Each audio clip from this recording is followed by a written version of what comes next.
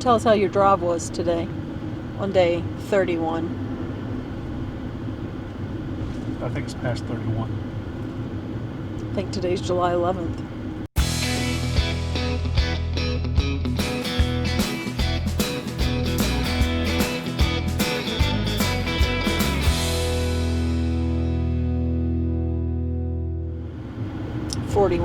My bad. Somebody can count.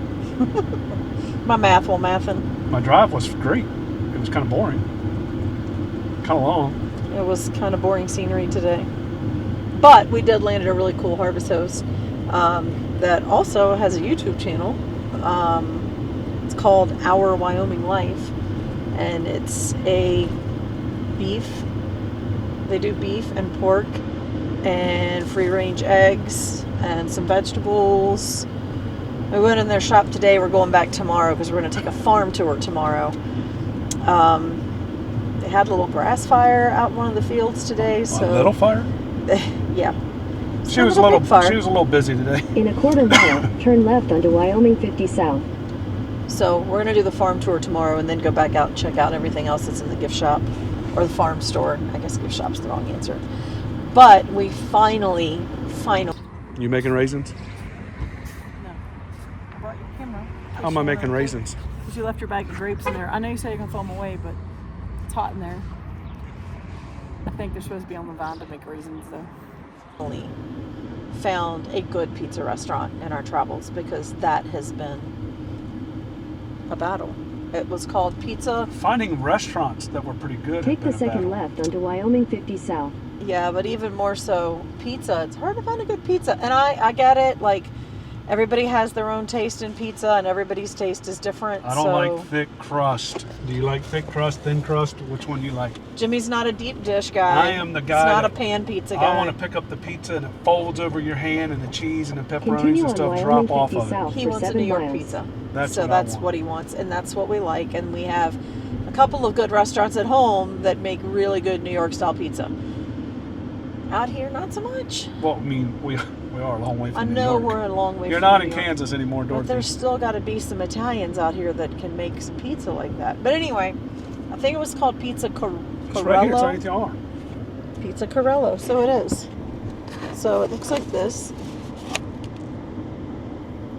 If you're ever in Gillette, Wyoming, highly recommend them. I would suggest you go because there's a great hostess there, and there was a great server there to put up Elisa's beep.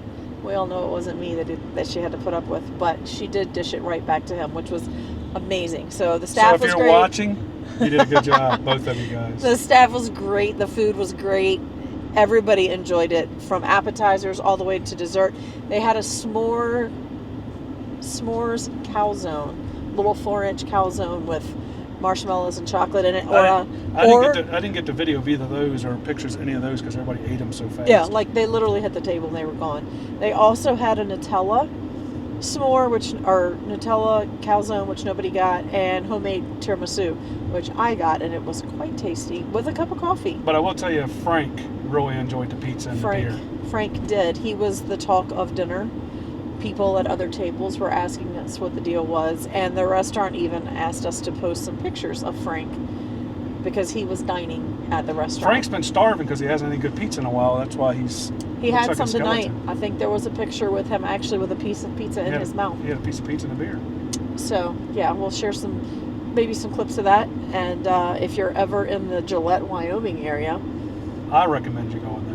I would check it out. They also had pasta. I don't think anybody got pasta. I think everybody got pizza. Now the campsite, the Our Wyoming Life, they also, it's a harvest host.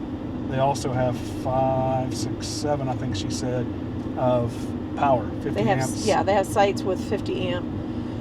And she says she does have some water there if you need to fill your tanks up. She did. And she actually has a little dump station. I don't know.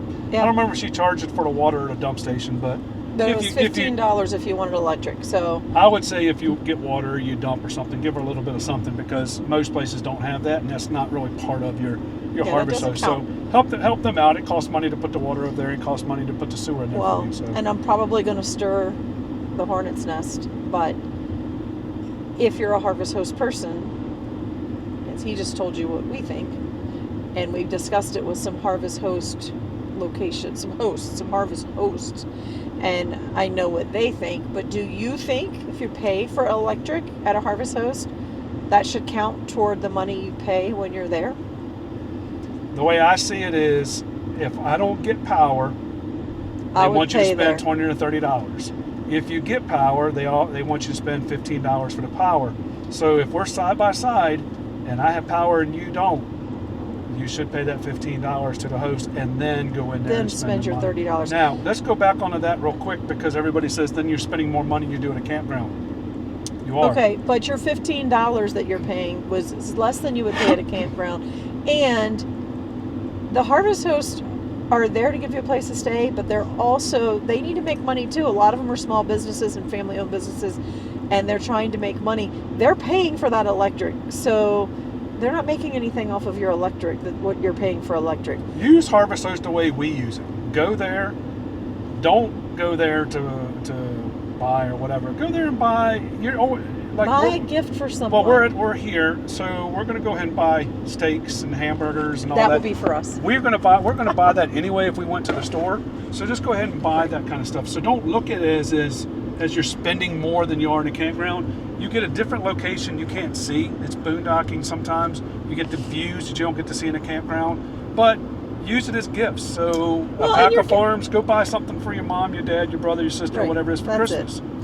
Buy a gift for someone that you would buy a gift for anyway, because that's money you would be spending. Or, like he said, where we are now, they have fruits, vegetables, meat, produce. So, like, we're going to buy meat and we're going to buy produce at the grocery store. So the only difference is I'll buy it here instead of the grocery store. And it's fresh. And it's grain fed, grass fed, like it's no chemicals, all the good things. So yeah, it might cost a little more than it would at the grocery store, but probably no more than organic would at the grocery store. But you're also helping a small business and a family owned operation. So our opinion is that you should still spend Damn, a guy just hit me with a rock. What they would ask you to spend at a harvest host. But, just if you want to get power, that's extra.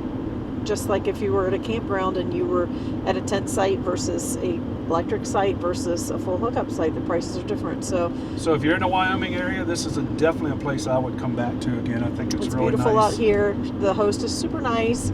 Her farmhand that works there is super nice. I just hope they got the fire out and it's gone. I'm trying to look over the hill now on the way back. It's gone. They're all the way now, it looks like.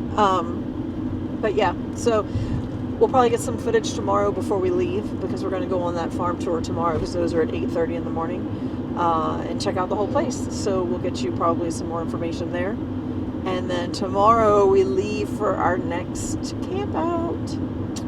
So we'll share that part when we get there tomorrow. Black Hills. HTR Black Hills. So we'll get to go see the presidents, if you know where that is. And we're going to try to do it in the evening so we can see it at dark under the lights, because we've been there before, but not for that. So we'll see you guys in the morning. Buy like surprise boxes and like rare breed assortments and stuff. I get all of my birds from Tackle Hatchery that I purchase, and they come in the mail. They come via the post office. It takes 2 or 3 days. They call you at like 4 in the morning when the truck comes in, and you go pick up your birds. So for like Wyandotte, this is a rooster I hatched. I don't know her breed. I'm not a chicken breed expert. Look at that one. So cute with a little mohawk on his head. Yeah. Bleachers were gone by the time I came in 08. I never saw them. I've seen pictures of the bleachers. But some of their signage and stuff is still up on the barn. And yeah, they'd have big sales, and they would sell their Hereford bulls, and that was their thing. So my stepfather bought the ranch in the late 90s. And it was always a traditional just cow-calf operation, had calves in April, and then sold them in October to a sales auction in South Dakota, put them on a semi. He wouldn't wean them, he wouldn't precondition them, just pulled them off moms and sent them down the highway. And then somebody else told the price of what your product is worth. So now it's 100% direct to consumer, and everything I do goes direct to the consumer, and I'm more focused on end product rather than just calves. So beef, pork, eggs, vegetables, value-added product, and social media stuff. So. Oh, that's not a secret.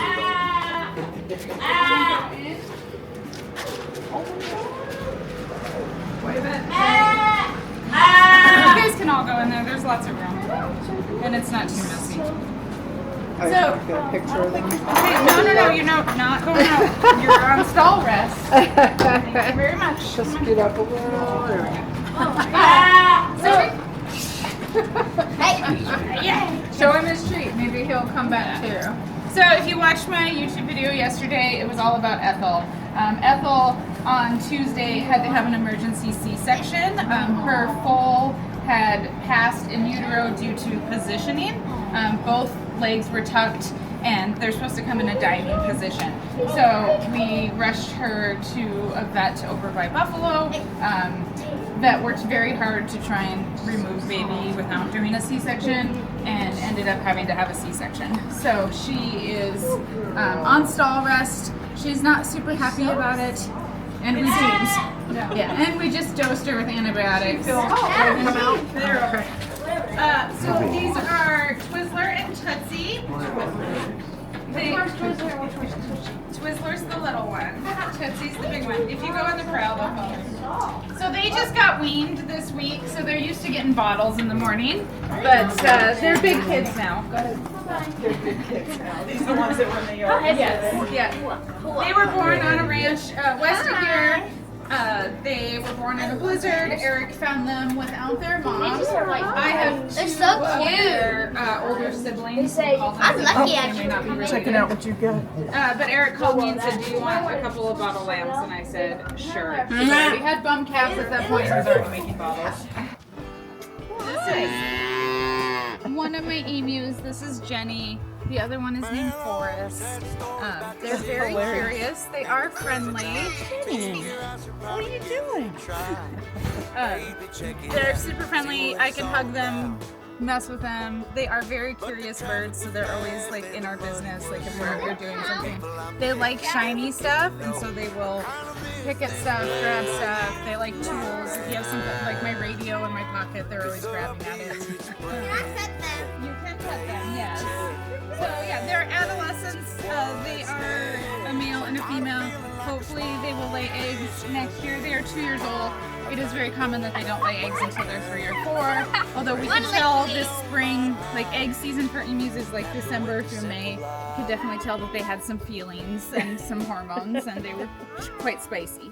So yeah, hopefully next year we'll have some eggs and I can incubate some eggs and sell them. Her, and she rejected Gertie. She was aggressive towards her, would not let her know, she didn't lick her off. Oh, wow. It worked for like a week or so to get her to calm down. I put her in the squeeze chute, open up the bottom access panel, and so Gertie could nurse. So she got all the colostrum and stuff that she needed. But I eventually just had to make her a bottle baby. Chad was born out in the 400-acre pasture that I calve on, and he was 90 pounds, which is very large for a calf. And so his front tendons were contracted, which is common when they're that size in utero, and so he couldn't stand up. So I brought him in, and then his mom had a very poor udder, and so I just made him a bottle calf. It was just going to be easier for him. And then Gretchen was about a week old, noticed that her health was deteriorating, and Mom is an older cow. I just kind of assumed that she was not making enough milk to sustain Gretchen, and so she was slightly hypothermic. She was very dehydrated and thin. Brought her back, medicated her for scours and all the stuff that happens when they get sick and stuff, and then got her fed and warmed up, and she's doing great. These are Cool Whip and Vanilla. I can't tell them apart. You could when they were little. There was a size difference. Now they're not. So these are last year's bottle lambs, and you can see how they shed. Yeah. With the simple life. Oh Lord, you can keep your 9 to 5.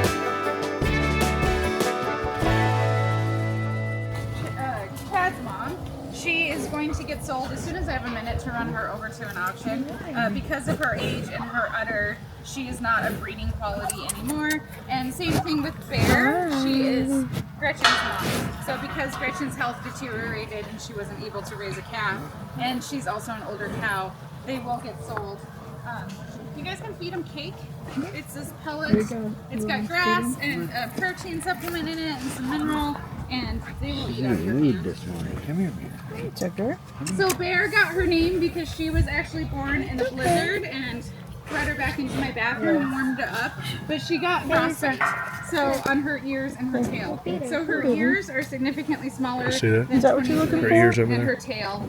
That one. Short. And her Yeah, tail, they and her are. It's a tail. common thing that happens, and it can actually affect their udder.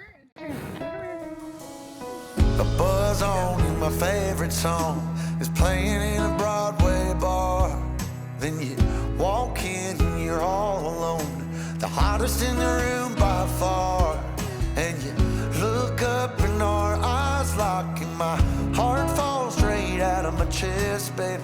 Your lips and your sweet smile, let me kiss it till I die. For the rest of our lives, yes, you and me. We're getting glacier. I got used to wearing shorts. Wearing long pants. What we're looking at. Oh, They're in there. He thought it was over there, so I was looking. Oh, goat. they look like. These are my goats, and also I have a mini pig. Her name is Petunia.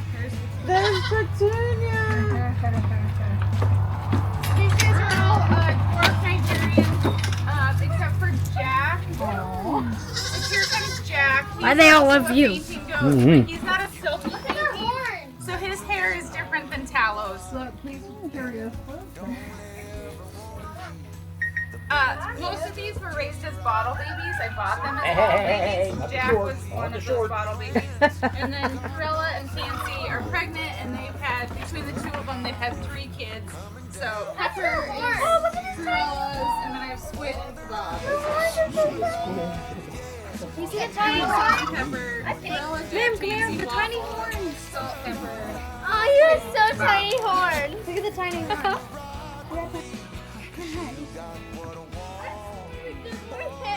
Okay, this one loves me more than Jack. Which one does the super Oh, look at his hair. You're so famous.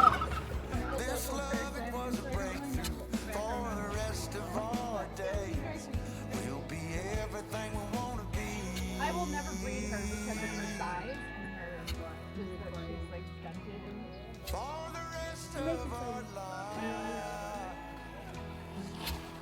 You're right. What is that? that's just the have 2 of these. Obviously, they are unheated structures and they're just single layer plastic. A greenhouse has climate control and has 2 layers of plastic. But even with these, I can plant earlier than I would normally.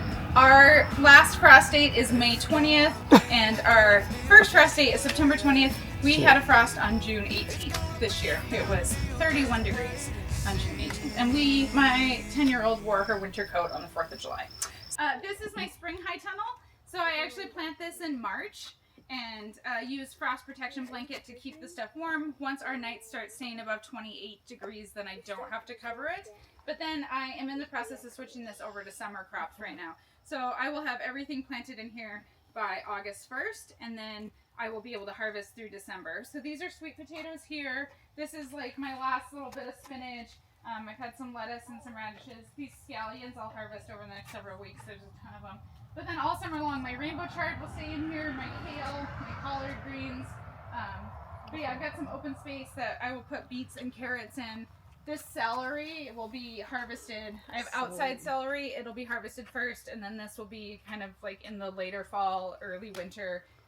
It's somewhat cold hardy. So lettuce that's bolted, we're in the process of pulling that out. Shade cloth helps keep crops like lettuce doing better for longer because it gets so hot in here. But it's still, there's only so much you can do, and then they're like done, bolted. It's too hot. So yeah. So was that your field We with the hit fire? rocks. Yeah, well, part of it was my mom's and part of it was mine. Yeah. We hit rocks. I think if you walk a couple miles or past this morning. Go ahead. Go ahead. Are you all sweet? I also sold out of stuff. What? We all sold out of stuff. No, I on the glass for ourselves. So we rent these apartments for me. Okay. The